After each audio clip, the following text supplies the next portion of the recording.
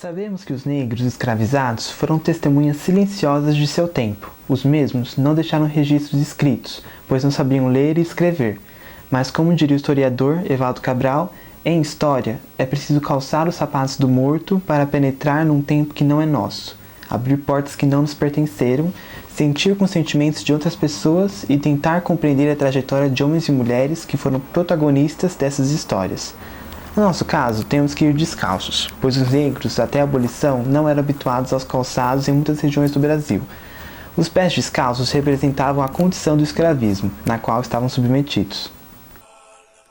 Senhor historiador, deixe o sobrado, a casa grande, recue na linha do tempo, mergulhe no espaço geográfico, peça licença, limpe os pés, se deixe abocanhar por um quilombo, mastigar pelas choças, meta-se no bucho do palmar, escute aí seu coração tambor, e veja o sangue digno, fluindo generoso, nas veias caudalosas, desde o alto da serra da barriga, olhe no rumo litoral, veja num lado história, no outro escola.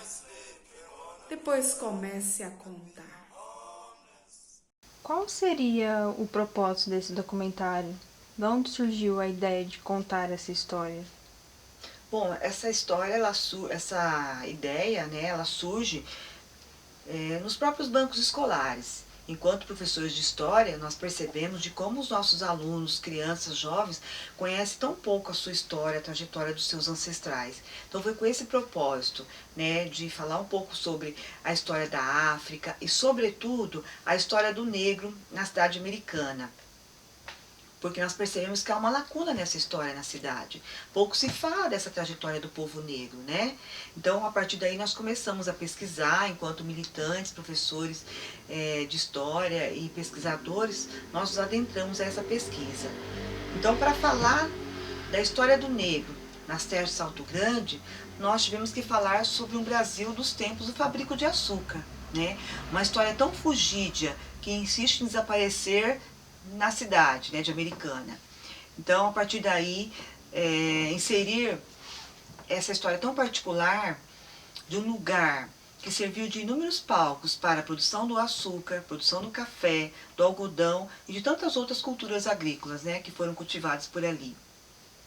Então, o objetivo é inserir essa história particular num contexto mais amplo, que nos remonta a um Brasil desde o século XVI, né? E na intensa produção do século XIX. Então, enquanto objetivo, nós temos também, primeiro, enquanto movimento negro, dar voz a homens e mulheres que tiveram seus corpos escravizados e mesmo assim souberam se reinventar nesse cotidiano das terras do Salto Grande. Vamos adentrar a um passado, abrir portas e janelas que não nos pertenceram. E é com esse propósito que nós pedimos licença aos nossos ancestrais. Falar de um legado que é eterno e que cabe a nós desenterrar essas camadas esquecidas da história do negro na cidade americana. O período que durou a colonização escravista nas Américas, os povos africanos viveram um longo processo de espoliação e diáspora sem precedentes na história mundial. Milhares de africanos foram arrancados, trazidos feito carga em navios para o novo continente e obrigados a trabalhar compulsoriamente nas lavouras de açúcar e café, as quais sustentaram o início da acumulação mercantilista de capital das nações europeias em larga expansão territorial. Erroneamente, se interpretou que os escravizados obedeceram a todas as regras do sistema colonial escravista, mas hoje sabemos que onde houve escravismo, houve igualmente resistência. Porém, ao longo do tempo, a história do povo negro foi negligenciada. Temos uma crítica severa ao desprezo por essa trajetória. Por isso, precisamos escrever a história do povo negro sob a ótica do nosso povo, uma história escrita por nós mesmos e não apenas por brancos. Os integrantes da União de Negros e Negras pela Igualdade, o Negro de Americana, e do coletivo Batacotô têm empreendido toda uma busca pela preservação da memória e da história do povo negro na cidade, Sendo assim, um dos espaços coletivos de história mais importantes para os ativistas da Unegro e do coletivo Batacotô tem sido o Casarão Salto Grande, monumento histórico que data de mais de 200 anos e foi construído de taipa de pilão por mão de obra escravizada. Este solar se mantém ainda imponente e foi tombado pelo Conselho de Defesa do Patrimônio Histórico, Arqueológico, Artístico e Turístico, CONDEFAT. Retomar a trajetória dos negros na cidade americana é penetrar num passado de escuta e, assim, desenterrar as camadas esquecidas da história do negro no município. Aqui era a fazenda, lá a companhia, onde eu morava, Vila Bela, onde a Lucélia morou era o Botafogo. Botafogo é exatamente que lugar? Ali onde tem a igrejinha. Sabe a igrejinha? Não tem uma colônia? Sobrou só 2 casas da colônia. Ainda tem viu? 2 casas da colônia. Que é Tem 2 casas da colônia. Porque a colônia área de lazer vinha até aqui na beira do rio. Até aqui, né? Perto do rio, né? A gente quer descer ali também, entrar lá na aqui, Vida Santista. No fim dessa ponte tinha um engenho de cana. Meu pai trabalhava no engenho. Vou pegar a foto de uma pintura do século XIX, acho que é esse engenho que você está falando. O engenho era bem grande aqui, ó. e atrás do engenho tinha mais uma colônia menor de casa que chamava-se Quebra-Canga. Parece que passa um filme aqui na cabeça da gente, né? Verdade.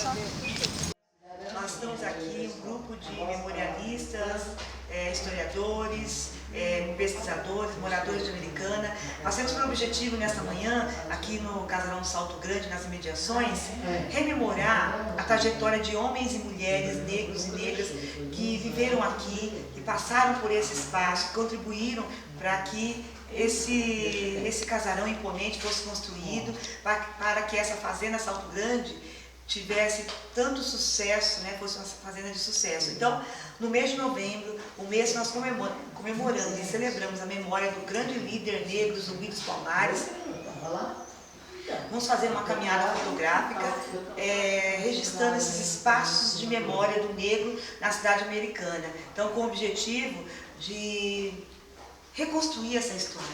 Né? Quem foram esses homens e mulheres, os seus cotidianos, como viveram, como pensaram, como se situaram nesse espaço, como foi a vida dessas pessoas. Então nós vamos agora fazer uma caminhada com as memorialistas de Americana, a Lucélia e a Célia, que nasceram na região do Salto Grande e que vai nos ajudar então aí a reconstruir esses espaços de memória.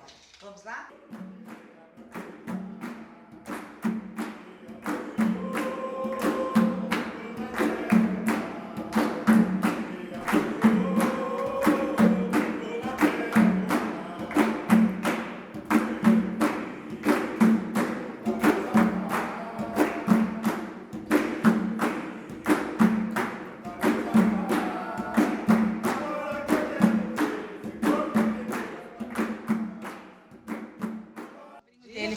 Meu tio estava assistindo televisão lá naquele casarão antigo da Carioba. Se ela visse as casas que tinha do Salto Grande, que foi derrubada, as casas eram lindíssimas. Uma casa que... A casa de tábua? Não, a casa que era beirando que eu morei, a última casa que eu morei, que ficava na rua, na Colônia da Bomba ali. Então era da Vila Bela, onde é a Vila Bela hoje. Isso. Tinha casinhas lá. Casinha, tinha acho que umas 150 casas, tinha muita, era Tinha uma as casas vila. de tábua. As casas de tábua, quando vieram fazer a companhia aqui, a barragem, a represa, quando vieram construir a represa, essas casas da companhia já vieram pré-moldadas em cima do caminhão. Isso. Aí eles trouxeram, né? Era criança, a gente ficava lá o dia inteiro vendo aquilo lá. Eles limparam, traziam as casas pré-moldadas, já montava. Eram umas casas lindas, subia umas escadas assim, tinha aquelas áreas enormes, era tudo com 12, 13 cômodos as casas.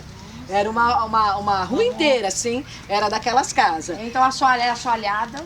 Tudo, era tudo de madeira. Vermelhão, sabe? Agora, a casa de baixo, onde eu nasci, era uma colônia bem grande das casinhas. Aí, quando chegava perto de novembro, o Abdala mandava pintar todas as ripinhas, tudo de uma cor só, tanto em Carioba que nem no Salto Grande, que era tudo dele. Aí pintava tudo, ficava tudo bonitinho.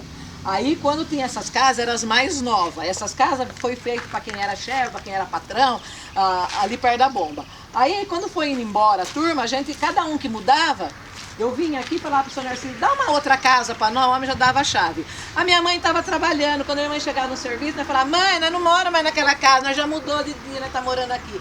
A vizinha falou, eu vou matar esses filhos seus. A minha mãe, coitada, ia ir lá para outra casa, nós já tinha arrastado todos os móveis, estava morando na outra. Era mudar e mudar e mudar. Foi constante mudança. É, a gente saía de uma casa e entrava na outra, né? O homem dava a chave. Eu quero que vocês olhem uma gravura, que é o seguinte, essa gravura é do século XIX. Ali, pelo que eu percebo nessa gravura, nessa pintura, tem um outro dessas casinhas, das senzalas, mas elas não estão mais hoje. Eu vou mostrar. É antes de construir isso aqui, porque... Segundo relatos de antigos moradores, como Lucélia Maria Siqueira Eufrásio, que inclusive morou no Casarão do Salto Grande em 1973, os negros foram enterrados nas adjacências do casarão. Posteriormente, essas ossadas de negros foram retiradas e levadas para local não identificados pelos moradores mais antigos. Para entender o que foi feito do suposto cemitério dos negros nas imediações do Casarão do Salto Grande, se faz necessário entender não só a violência contra os escravizados vivos, mas reconhecer que pouco se sabe sobre a violência contra os mortos. Com o objetivo de retraçar o cotidiano do negro escravizado nas imediações do Casarão do Salto Grande, foi necessário tanto adentrar nas histórias vividas por eles, como também na morte, e compreender como foram enterrados. Salto Grande, ó, aqui onde era a bomba, onde tinha a bomba de água, atrás da bomba de água. Então, nós passamos lá aqui agora, só tá mato ali. Ah, sim. Então, mas eu acho mas que a bomba ainda ficava no meio do mato aqui. Não, porque ó, onde é a Vila Bela, eu não me concentro direito, porque depois eles fizeram tanta casa ali, onde era escola, onde era... A escola, eu quero saber onde era a escolinha do Não, a escolinha do Salto Grande. Teve várias, né? Aquela lá foi a última. A que eu fiz o primeiro ano era uma casinha. Era numa casa que a gente estudava. Era lá no Botafogo? Não, eu fiz na Vila Bela, onde a Pituca morava. A Pituca morava aqui, o Martim, e a outra casinha do lado lá foi o primeiro ano que eu estudei até a terceira série. Aí que eu vim pro Botafogo. Ah, o Botafogo Terceiro ano. Escolinha de tábua. tábua, que tinha o porão e a escola de tábua. A minha irmã já estudou aqui, o primeiro ano a Cidinha veio aqui na fazenda. Estudar, né? Que ela era mais velha que eu, veio pra fazenda. Eu já fui ali.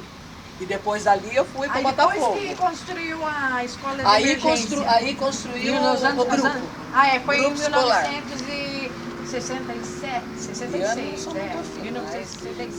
Mas era lá o grupo. Então, o cemitério ficava próximo ao grupo escolar. Ah, é, sim, o cemitério. É isso, é verdade. O cemitério é próximo ao grupo que aquele tinha na o escola. último grupo, isso. Um grupo Mas se eu não me falha... É, grupo escolar de emergência. As casas foram construídas em cima. Eu lembro eu falava assim, quando eu vim fazendo casa no Zanaga, já morava em Carioca, eu falava, mas o que eles vão fazer com o cemitério agora que estão lá, né? Será que eles vão... aterraram, né, o cemitério? Mas foi embaixo, sabe? Ah, imagina, não foram mexidos em nada, eu acho ali. Então, agora eu fico pensando, porque tem um mato aqui, né? Será? Aqui, ó, olhando daqui, as casinhas ficavam tudo aqui, porque eu morava aqui. A colônia, a última colônia, ficava aqui que morava a mãezinha morou na última. Então, daqui dá pra mim ver aqui certinho ali, ó, onde estava essas casas aí, ó. Onde estava... A última colônia era da mãezinha mesmo.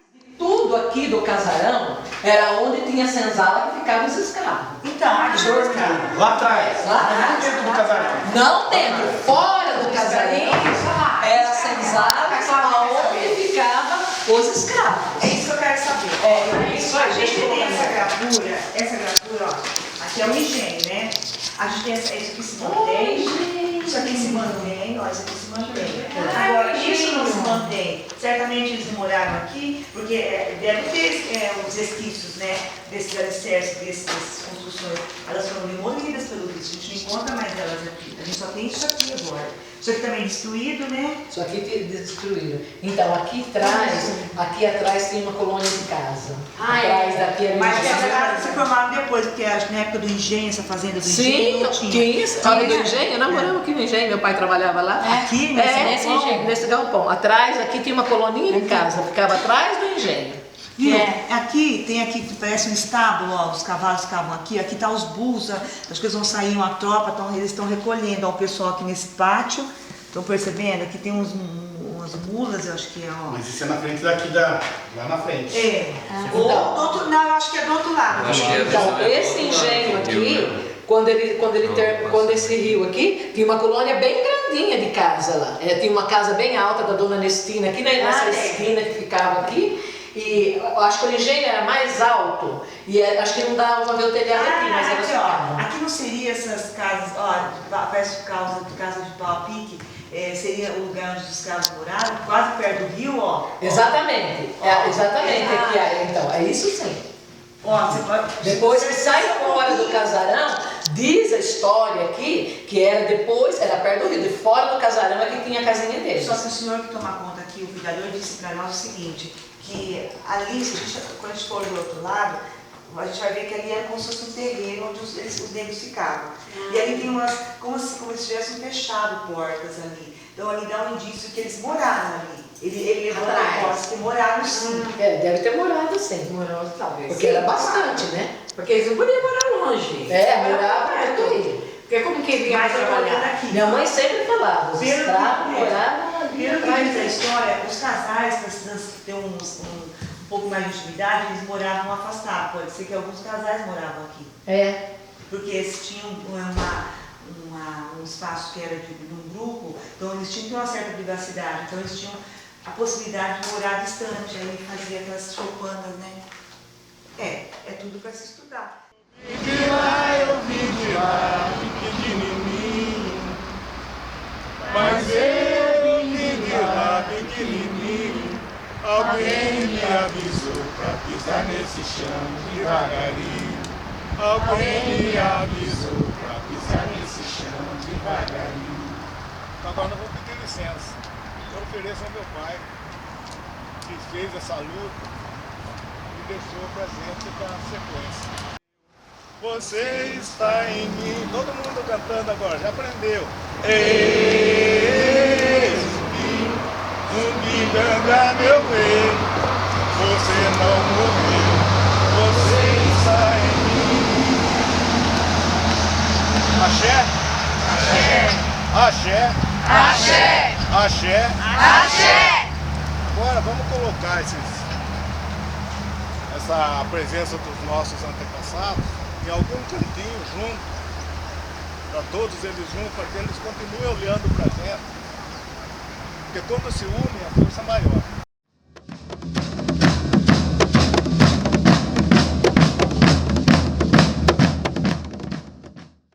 Na verdade, aí eu, por exemplo, vim para cá, para essa região, no final de 79. Eu fiquei assim meio assustado, chegando em Santa Bárbara, Americana, pessoas de Piracicaba. Na Piracicaba nós tínhamos a Sociedade Beneficente 13 de Maio, que hoje tem acho que 115, 120 anos. E lá a gente se reportava muita questão afro, era difícil, não tinha todo aquele sofrimento que tem na história, a gente tinha. Mas no final de semana a gente tinha um ponto de encontro para nós se reencontrarmos. Todo final de semana a gente se encontrava na Sociedade Beneficente 13 de Maio. Nós tínhamos a Vila África, do lado do 13 de Maio, bem no centro da cidade. A gente tinha a Rua do Porto, que eram todos os lugares onde ninguém queria morar, o nosso povo estava. Até a cidade crescer e chegar lá. Quando a cidade cresceu, chegou lá, jogaram nosso povo para outro canto. E quando eu cheguei aqui em Santa Bárbara, infelizmente a gente tinha, igual falou que não tinha negro, infelizmente não tinha, porque os negros estavam fazendo São Luís, Santo Antônio São Cruzeiro, na Areia Branca, estava todo escondido em lugares que não tinha nem transporte para vir para a cidade. Eu cheguei, eu assustei sim, cadê os negros aqui? Onde está o povo negro aqui? Ia na igreja, não tinha negro. Ia na área central, no comércio, não tinha negro. Então eu fiquei assim meio preocupado, caramba, né? O que a gente vai fazer sem o nosso povo aqui? E a meia dúzia que tinha, era meia dúzia também, que eram negros, que não se sentiam negros. Essa cidade, essa região nossa aqui, ela foi tão forte na questão de discriminação que os negros não se sentiam negros. foi difícil a gente conseguir, né, aglutinar os negros para a gente estar conversando, falando um pouco sobre a gente. As pesquisas começaram em um jornal da cidade, o Liberal, sendo que, desde a década de 50 até o ano de 1969, não encontrávamos nada que fizesse menção à Associação Beneficente e Cultural Lúcio Gabriel. Procuramos evidências da presença do povo negro neste município e, até a década de 60, apenas encontrávamos a menção do negro de forma bastante escassa em grupos carnavalescos e, indiretamente, nas páginas de acontecimentos criminais. Entretanto, conseguimos acesso à foto do acervo pessoal do professor Jonas Moreira, morador de Americana e ex-vereador da cidade na década de 1980. A qual também nos serviu de pistas para procurar expoentes ou ex-associados à comunidade Lúcio Gabriel. Conseguimos entrevistar alguns deles. Em contrapartida, outros já morreram, não quiseram dar entrevistas ou não puderam ser acessados. Boa parte do grupo ainda mora em Americana, mas não tem mais contato entre si e, consequentemente, não se reúne mais em torno dessa associação ou discute a questão étnico-racial. Que a Lúcio Gabriel tinha um terreno de 900 metros quadrados, quase 1 metro quadrado, lá na Iacanga, próximo à Avenida Armando Sá de Oliveira, daquele coreto, não sei se o Sodito lembra desse terreno. Tinha um salão, inclusive um salão que até a base do Baldrame, né, chama isso. E esse foi perdeu. Aí foi a Silvia, que está na foto, fazia parte também, várias pessoas faziam parte, o Adair Cardoso, que hoje ele é um delegado aposentado, e nós tínhamos reunido, e eu não cheguei a conhecer o Lúcio Gabriel, porque quando cheguei em Americana ele já tinha falecido, mas era uma pessoa assim, que dedicava, tinha um grupo que dedicava. Mas nós não tínhamos, uma coisa que nós achamos muito difícil, né, que era difícil na ocasião, era agrupar o negro, certo? Muitos negros não queriam fazer parte. Então era difícil realmente. Foi aí que eu conheci o seu Dito, né? Conheci o seu Dito, fez algumas vezes algumas reuniões, e nós não tivemos sucesso porque não teve incentivo. Hoje, eu fico muito contente em ver a Cláudia à frente desse trabalho, né? Eu tive dificuldade, inclusive, eu vou dizer uma coisa para vocês. Em Americana tinha racismo. Eu fui o primeiro negro a ser eleito direto vereador. Antes foi o Adair Cardoso, que ele era suplente, quando o deputado Vanderlei Matriz era vereador, foi eleito deputado, o Adair assumiu a vaga por 2 anos. Depois fui eu. Mas eu tive muita dificuldade em ser vereador em Americana. Hoje está mais fácil, mas o preconceito era muito grande em Americana, né? Por isso nós lutávamos, inclusive, com o Lúcio Gabriel, tentando mudar a situação, mas nós tivemos bastante resistência. Era uma cidade um pouco racista mesmo. Hoje ainda existe, mas é menos racismo. De todas as lideranças pesquisadas, o nosso maior desafio foi e tem sido a trajetória de Lúcio Gabriel, pois as memórias estão quase perdidas e poucos na cidade sabem quem ele foi e o que representou para a luta do povo negro. Lúcio Gabriel deu nome à associação fundada em 1969 e é sabido que ele faleceu bem jovem num acidente de carro em Santa Bárbara do Oeste, em 1965. Um dos memorialistas de Americana mais insistentes da importância de se trazer a trajetória do carnavalesco foi seu Benedito da Silva, que sempre dizia, tem que falar de Lúcio Gabriel. Contudo, quem foi Lúcio Gabriel? Como resposta, encontramos apenas uma vaga menção de sua trajetória no jornal O Liberal. Mesmo não sei bem, porque eu já cheguei e já estava montado. Estava acontecendo. Mas era alguém que sempre se dedicou para a questão do negro, né? E que tinha força, de vontade e tudo mais, formou um grupo e esse grupo se alastrou e cresceu até o grupo. Mas só que depois, no final, com o passar do tempo, foi diminuindo um pouco, né? Só foi se afastando. Ele foi se afastando, mas ela tinha uma certa ascendência, inclusive dentro das prefeituras. Como é que você chegou no movimento negro? Havia uma sociedade aqui que há muito tempo vinha lutando para construir um clube, né?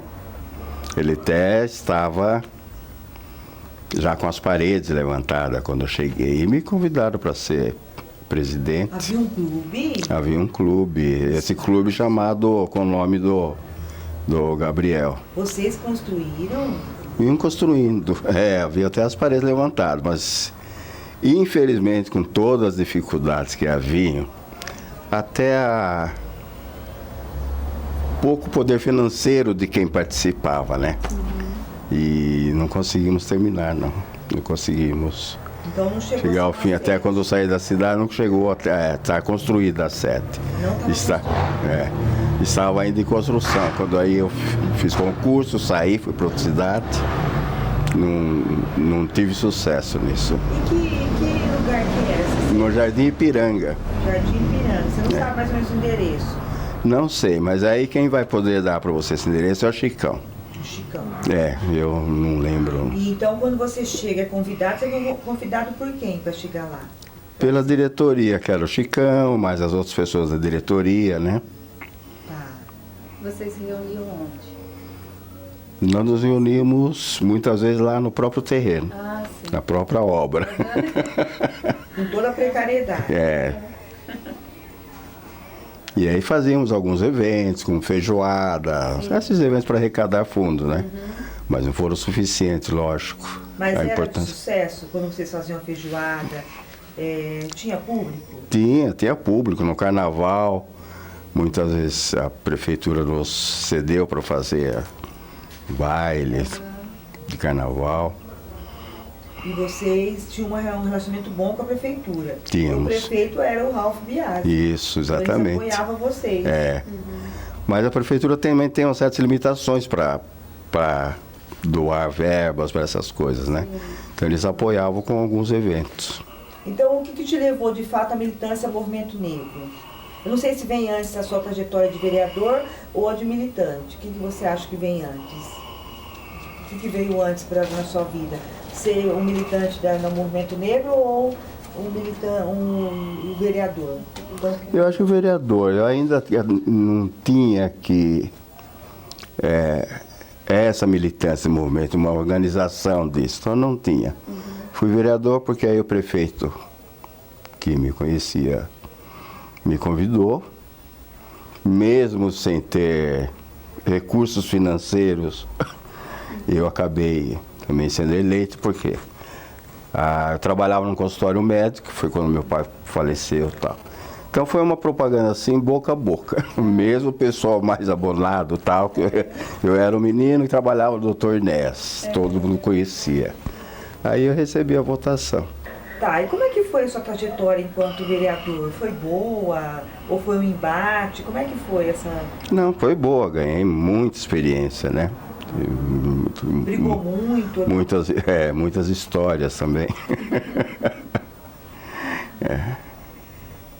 E um projeto que na época não se falava, hoje tem muito.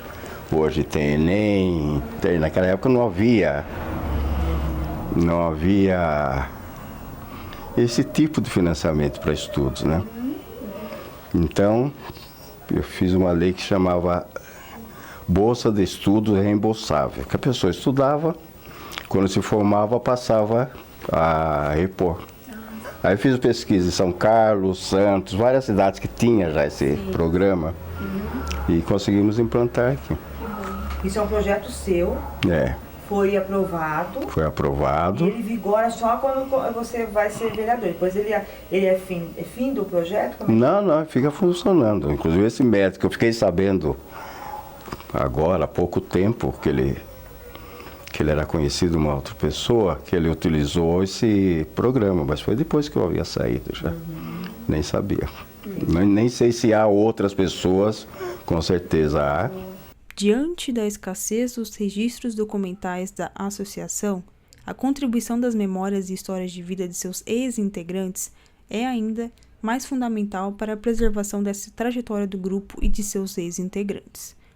Como era esse movimento negro na época? Ele aglutinava um número grande de pessoas ou não? Não, em determinados eventos, sim. Mas os participantes mesmo, ativistas, não era um grande número, não. Era muito difícil do pessoal se interessar, né? Quantos ativistas mesmo você considerava que vocês conseguiam reunir mesmo, assim, no máximo? Olha, alguns, nem sei se pode ser chamado de ativista. Por exemplo, se fazer uma feijoada, a pessoa ia lá participar da feijoada.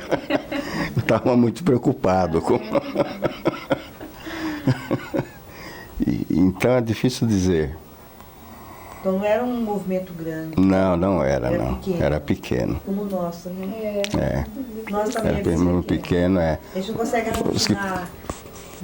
Os que põem a mão na massa mesmo, é aquele grupinho, né? Outros aparecem em alguns eventos. Mas foi uma associação que trabalhou bastante com o negro desde aquelas épocas. E essa sede então funcionou? Funcionou, tinha reunião. E essa sede no fim deu... Então depois teve uns problemas aí. Onde que era essa sede? Era no Ipiranga. Era lá no Ipiranga. E ali foi feito vários churrascos, várias movimentações, né? Depois o pessoal começou a recuar, ninguém não conseguia mais fazer grandes coisas. O que aconteceu com a associação? Por que ela chegou ao fim? E quando ela chegou ao fim, você sabe? Ou talvez mais o Chicão vai poder dizer? Ele vai poder dizer, mas chegou ao fim por isso. A falta de cooperação, né, das pessoas.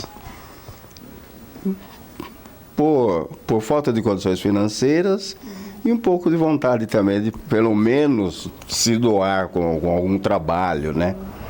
Então foi... Você estava em Americana quando ela chegou ao fim, essa associação? Não estava, acho que já havia saído. Silvia Barros, militante do movimento negro e carnavalesca, construiu uma trajetória de luta em defesa da cultura popular brasileira. Foi idealizadora e criadora da ONG Arte de Vencer, a qual originou projetos como Tambor Menino, que fez um resgate da dança e da literatura negra nos bairros Cidade Jardim, Jardim dos Lírios e em suas adjacências. Eu conheci a Silvia cruzando aí na secretaria, as coisas. Aí o nosso primeiro espaço, quando a gente abriu a Três Marias em 2013, que foi a data da ONG, a gente estava lá no topo da 9 de julho, numa sala, lá no topo, bem chegando na igreja São Domingos, não sei se conhece. Sim, a gente mora por ali. E a Silvia foi a pé lá, aquele sol, ela chegou lá, tocou lá interfone, para falar da ONG. E aí outra pessoa que pode falar dela também é a Regina, a arquiteta. Aí a Regina, ela falou do projeto dela e tal, e eu falei, nossa, bacana, né, se apresentou e tal. E eu já achei muito louco, né, ela sair, não, porque eu fui no cinema e tal, passei e ela fazia isso tudo a pé. Ela tinha uma disposição. E aí eu lembro que eu conversei com a Regina, e falei, Regina, eu conheci a Silvia. Regina é arquiteta. É arquiteta. E só um detalhe, você é americanense, Ana Paula? Não sou. E aí a Regina, que eu já conheci, a Regina falou pra mim, nossa, a Silvia tem um trabalho de resgate da cultura negra aqui, ela faz tudo, ela já fez vários projetos com ela, assim, atividades culturais que ela levava essa cultura afro na Casa Herman. Aí a Regina falou, nossa, mas ela vai conhecer, vai se aprofundar nela, porque você vai se apaixonar por ela, porque eu sou apaixonada pela Silvia. Bacana, né? Aí a gente era tudo novo, a gente tinha aberto a produtora cultural e tal, eu nasci em São Paulo, mas eu estou em Americana há 35 anos já. Então já é paulistano de nascimento, mas isso. Americanense por coração. Então já estou desde 81, então na verdade são 38 anos, né? Aqui chegou em 81, né? 81. E aí falei, nossa, como essa mulher, não conhecia. E aí liguei para ela, falei, quero saber mais. E aí, não sei se você chegou a ter contato com a Silvia. Eu fui várias vezes lá conversar com a Silvia também, então, eu procurei a Silvia. É uma pessoa apaixonante, né? Então foi nesse momento em que nós nos conhecemos. Mas, assim, conseguimos efetivar uma parceria a mais quando ela começou a trabalhar com as crianças aqui do bairro. Isso nos anos 80 já, ou 90? 91, 92. Vocês conseguiram fazer a associação dos moradores? Fizemos. E aí, por volta de 1991, 92, quando ela começou a trabalhar com as crianças, ela já trazia essa preocupação, né? E aí ela começou a fazer esse trabalho com as crianças na calçada da casa dela.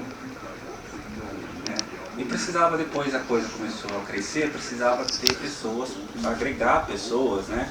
Para se organizar melhor, para, né, buscar recursos e tal. Precisaria fundar uma associação. E aí ela convidou a mim e mais alguns outros amigos dela. Aí que a gente começou o trabalho mais efetivo com relação à ONG. O carnaval em Americana nessa época não acontecia, não existia. Não. Nesse período não acontecia. E aí, vocês são os fomentadores desse carnaval? A Silvia, mais o pessoal acho que da Imperatriz. Assim, eu acredito que eles também participaram dessa retomada do carnaval americano. Né? E mais algumas pessoas do Antônio Zanaga, Dona Lourdes, que tinha uma ala de baianas, né? Só com pessoas idosas. Então eles que trouxeram, que retomaram o carnaval. A Silvia era grande fomentadora, ela ia atrás, né? Ela participava da Câmara Setorial do Folclore. E, assim, sabe, então ela era bastante ativa, corria muito atrás, né? Até que conseguiram fazer. Eu não me lembro exatamente qual foi o ano em que houve o primeiro carnaval. E aí nós já participamos, já com o bairro, já levamos o bairro já para participar desse primeiro carnaval de rua. Então esse carnaval, porque o que eu me lembro, a minha infância aqui americana, é que o carnaval era nos clubes. A gente já tinha o carnaval do Rio Branco, depois tinha aquelas fotos que eles colocavam, acho que foto Yamashita ali no calçadão. Ali era o must, o povo não corria para ver as fotos. Mas o que eu me lembro, que eu também cresci ali na região do Salto Grande, da Zanaga, Antônio Zanaga, é que tinha uma época que eles reuniam a gente, vamos fazer um desfile. Eu acho que ali já era um prenúncio do que seria o carnaval naquela região. Aí a gente fazia umas alas, uns grupos, colocava umas roupas de índio na gente. Eu nem sabia o motivo que eu tava indo, mas tava indo. Aquela coisa bem garota, né? Tinha uns 11, 12 anos, muito infantil. Eu me lembro quando eu nasci no bairro Jardim América, lá em cima, perto da rodoviária. Você nasceu ali? Sim, nasci naquele bairro, né? Meus pais moravam ali. E depois, ali por volta, quando eu tinha aí 8 anos, 7 anos, eu me lembro muito que já naquele período tinha carnaval de rua americana. Já tinha, Tinha porque o meu pai participava também, sabe? Junto com os amigos dele do bairro lá. Então naquele período tinha carnaval. Tinha uma outra escola no Cordenúncio, eu acho. Então acontecia. Depois acabou, morreu. E vieram retomar depois aí. Deixa eu só perguntar, essas pessoas que organizavam o carnaval era através da prefeitura ou era o povo mesmo, as pessoas normais? Independente da prefeitura? Agora que retomaram? Não, quando começou. Assim, nesse início, né, que você ainda era criança. Eu acredito, eu não sei, mas eu acho que eram os clubes que faziam. Os clubes que faziam. Sim, eu acredito que era. Sim, não tenho muita informação, mas eu acredito que eram os clubes. Os amigos, juntavam grupos de amigos e saíam. Depois a prefeitura entrava, né, normalmente com aqueles recursos que, né, de fecha a rua, né, põe coisas assim. Dá um suporte, né? Morreu, isso também não contribuiu para que ela era uma das grandes incentivadoras do carnaval? Sim, minha mãe era. Então foi aquela questão, né? Depois que ela faleceu, não tinha aquela força de americana de todos, supondo todas as escolas de americana, porque tinha escola, vinha de fora para dar um respaldo junto. Então não tinha aquela força, aquela união. E ela falou, mas quem colocava a cara na frente era a Silvia. Quem que brigava por isso era a Silvia. Mas se tivesse uma outra pessoa, tivesse a mesma dignidade, a mesma luta que minha mãe tinha, não tinha acabado, entendeu? Não é só porque ela faleceu, porque todo mundo deixou morrer o negócio. Que nem aqui instituição, né, menino? Minha mãe faleceu, peraí, tem uns filhos. Ainda por sorte ainda que eu sou o único, né, mesmo? Que eu fico correndo atrás, entendeu? Vou brigo, tá, isso aqui eu tava correndo até esse tempo atrás, pedia pro meu, faz ofício pra mim, tá, isso que eu quero voltar de novo a ONG, né? Voltar a funcionar. Porque a gente ainda, por si, nós temos amigos, colaboradores pra caramba, de Campinas, tem o pessoal lá do Sem Terra que dá uma força danada pra nós, entendeu? E quero aqui ajudar. E o pai de vocês teve influência nessa militância da Silvia? Não, eu, Bruno e a Cristiane é um pai. Ah, tá. O Tiago e o Marcel é outro pai, que é o Nelson, que já faleceu. Então, ela estava, embora tudo que ela vivia, as coisas e tal, ela estava sempre de bem com a vida. E não tinha dificuldade nenhuma para ela, né? Nada era difícil. Então, andar no calor, subir não sei quantas horas e andar, vir aqui. Às vezes ela não tinha nem grana para pegar o ônibus para voltar. Eu acho que as caminhadas eram decorrentes dessa falta mesmo de condições, né? É, o Mimo, mas estava sempre tudo bem. O Mimo escreveu ela com uma frase, que a Silvia ela chegava antes, a personalidade dela chegava antes dela, né? Antes dela. Muito forte, né? Muito. Então era... E ela tinha essa luta, e logo num dos primeiros encontros, além dela falar da ONG, ela já falou dessa luta dela para inserir o negro na história de Americana. Porque a Silvia é americanense, né?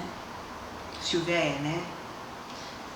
Então, e ela falava muito que tudo que ela nos livros, e é verdade, depois ver como que são as coisas, né? Que a gente não se atenta para certos detalhes, assim, que é a nossa história e que na verdade não é um detalhe, é a importância. Ela falou, você já leu os livros de Americana? Já. Aí ela falou, qual parte que fala do negro? Aí eu falei, nossa, Silvia, é verdade. Né? E aí você vai vendo nada. E ela falava, e o negro não existiu aqui em Americana? E o casarão? Como que você explica? Pesquisar sobre a vida de Silvia Barros é trazer à tona um legado de luta de uma mulher que defendeu com rigor os direitos das crianças pobres, dos negros, das mulheres e dos excluídos. Silvia era uma mulher à frente do seu tempo, de personalidade fortíssima e intransigente na defesa dos seus direitos. Segundo ela, deu as costas para o preconceito e todo tipo de intolerância. Fez a diferença na luta pelas crianças da periferia da cidade, na qual atuou na ajuda para mulheres que viviam na prostituição. A militante fez da infância desvalida e abandonada um espaço de intervenção e concretudes.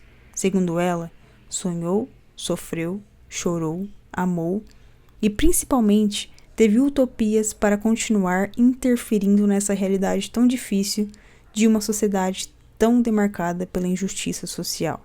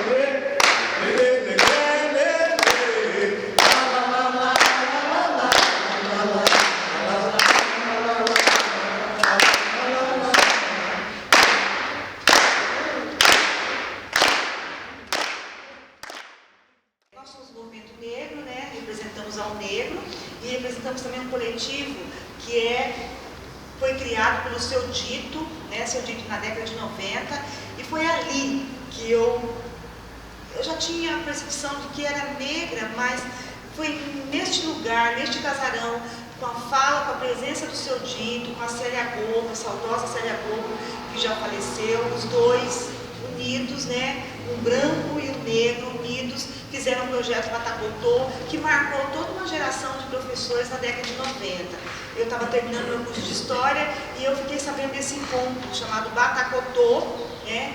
E tem uma fala dele que eu não me esqueço, ele falava assim, ó, o batacotô, o tambor, é a nossa internet de hoje, conforme a batida do tambor, né, Seu Dito, é uma mensagem que seria passada pelos negros na África. Então foram muitas histórias contadas, compartilhadas pelo Seu Dito, que eu fui aprendendo e me encontrando nesse espaço. Na verdade, ele tem sido uma referência, sempre quando eu penso, eu falo, minha referência de luta é o Seu Dito Preto, é um ícone da nossa luta também, é a memória, e nós temos buscado essa memória com muita insistência, né? Gravado essas memórias. Então foi a partir daí que eu me instiguei e comecei a me interessar por Americana, pela história. Foi importante mencionar esse contexto no qual o projeto Batacotô se insere para abordar a atuação de professores e ativistas dos movimentos negros nas escolas, que, por sua vez, está muito ligada à atuação e à criação da Comissão de Promoção da Igualdade Racial de Americana. Foi a partir dessas atuações que, em um dado momento, no final do ano de 2008, foi construída a primeira versão da pauta de reivindicação de políticas públicas para a população negra de Americana, documento que constantemente é atualizado, já que foram realizadas uma série de versões, visto que, apesar do relevante trabalho que vinham empreendendo em seus espaços de atuação, havia necessidade de pensar em políticas públicas com o objetivo justamente de propor e efetivar medidas mais abrangentes, cuja responsabilidade é do poder público, de combate eficaz ao racismo estrutural, a seus determinantes e às desigualdades.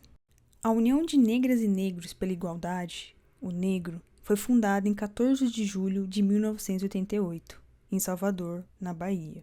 Em Americana e Santa Bárbara do Oeste, há um núcleo da entidade formado por ativistas da luta contra a discriminação racial e de trabalhadoras e trabalhadores e estudantes das mais diversas áreas, professores da rede pública, assistentes sociais, historiadores, analistas fiscais, fazedores de cultura, serviços gerais, entre tantos outros, que utilizam meios diversos para levar a discussão da questão étnico-racial à população da região.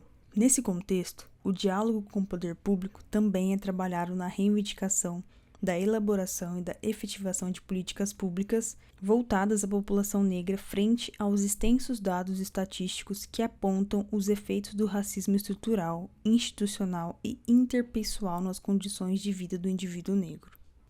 Os trabalhos de pesquisa, ao qual há anos o grupo se dedica na cidade, foram sistematizados e organizados para a publicação de um livro, com a intenção de fornecer ao município uma literatura histórica que possa ser utilizada na reflexão sobre a temática pela população americanense, tal como a inserção dessa discussão dentro do ambiente escolar, em consonância com a Lei 10.639 de 2003 e 11.645 de 2008. O combate ao racismo e à desigualdade racial não se faz de forma isolada das conjunturas nacionais. Por outro lado, existem outros elementos que integram as agendas dos movimentos negros, como defender a saúde pública e a educação pública de qualidade, e combater as políticas neoliberais e de austeridade, além dos cortes de verbas para programas sociais e direitos das populações indígenas e quilombolas.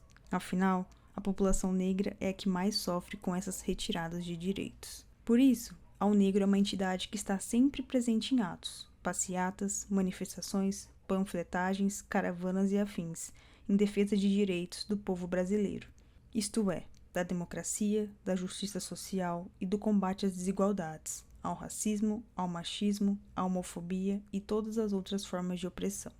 A disseminação de elementos da cultura afro-brasileira é uma das estratégias utilizadas pelo grupo para envolver a sociedade e apresentar o vasto saber e legado cultural deixado pelo povo negro, tanto no Brasil como na região. Portanto, a organização de eventos culturais e artísticos como mostras, apresentações, exposições, produção de conteúdo audiovisual, entre outros, fazem parte de nossa atuação. Essa atuação também tem caráter pedagógico, pois visa alcançar os espaços das escolas públicas para a formação de uma cultura étnico-racial em conjunto com os estudantes. Dentre esses eventos, destacamos a Mostra Cultural Afro-Brasileira, realizada anualmente desde 2015, no município de Americana, em geral no Teatro Municipal Lulu Benincassi, que se apresentam diversos grupos artísticos e culturais das mais diversas formas de expressão, dança, música, literatura, entre outras. Muitos dos que se apresentam e assistem à mostra relatam nunca terem pisado no Teatro Municipal antes. Trata-se, portanto, de trazer o povo americanense e, sobretudo, as juventudes negras das escolas públicas para um espaço que deve estar à disposição dessa população. Preta, puta, pobre e infeliz. Quando se trata de mulher negra é assim que ele diz. Objeto descartável, brinquedo de êxtase. Reuso e abuso sem ela me permitir. Vida que não é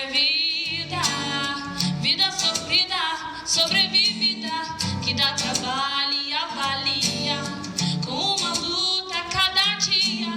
Vida que não é vida, vida sofrida, sobrevivida, que dá trabalho e avalia. Nilma Lino Gomes, que em seu livro O Movimento Negro Educador, afirma: o movimento negro educa. Essa afirmação, do nosso ponto de vista, é muito certeira, pois em nossa prática, enquanto movimento negro na região, formação e educação são ações sempre presentes.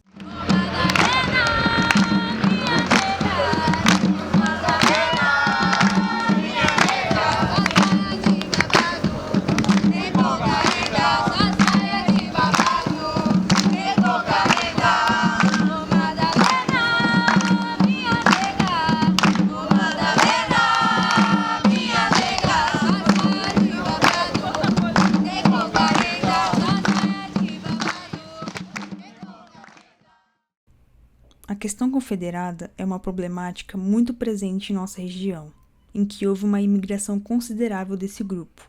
Ao Negro, juntamente com a Associação Carolina Maria de Jesus, iniciaram esse questionamento público à presença dos símbolos confederados, ao organizar um debate com a Fraternidade de Descendência Americana, FDA, em que se discutiu a respeito desse tema e, sobretudo, a respeito da bandeira confederada. Ainda convivemos com práticas e resquícios racistas, como a bandeira dos confederados, um símbolo que agride a trajetória do povo negro no Brasil. A nação brasileira recebeu os imigrantes dos Estados Unidos de maneira fraterna. Sendo assim, essa mesma nação, sobretudo seu povo, precisa ser respeitado na sua condição histórica.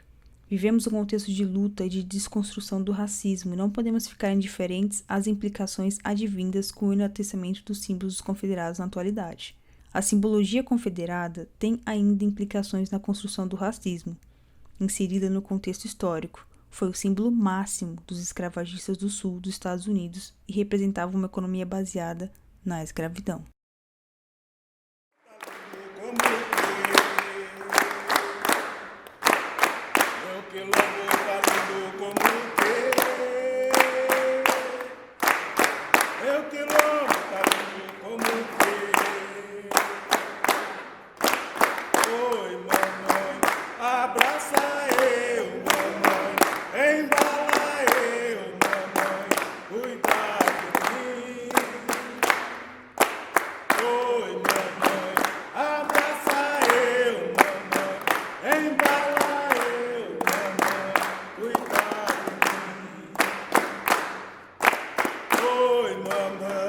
Abraça eu, mamãe, embala eu, mamãe, cuida de mim. Oi, mamãe, abraça eu, mamãe, embala eu, mamãe, cuida de mim. Axé, axé, axé, axé, axé, axé.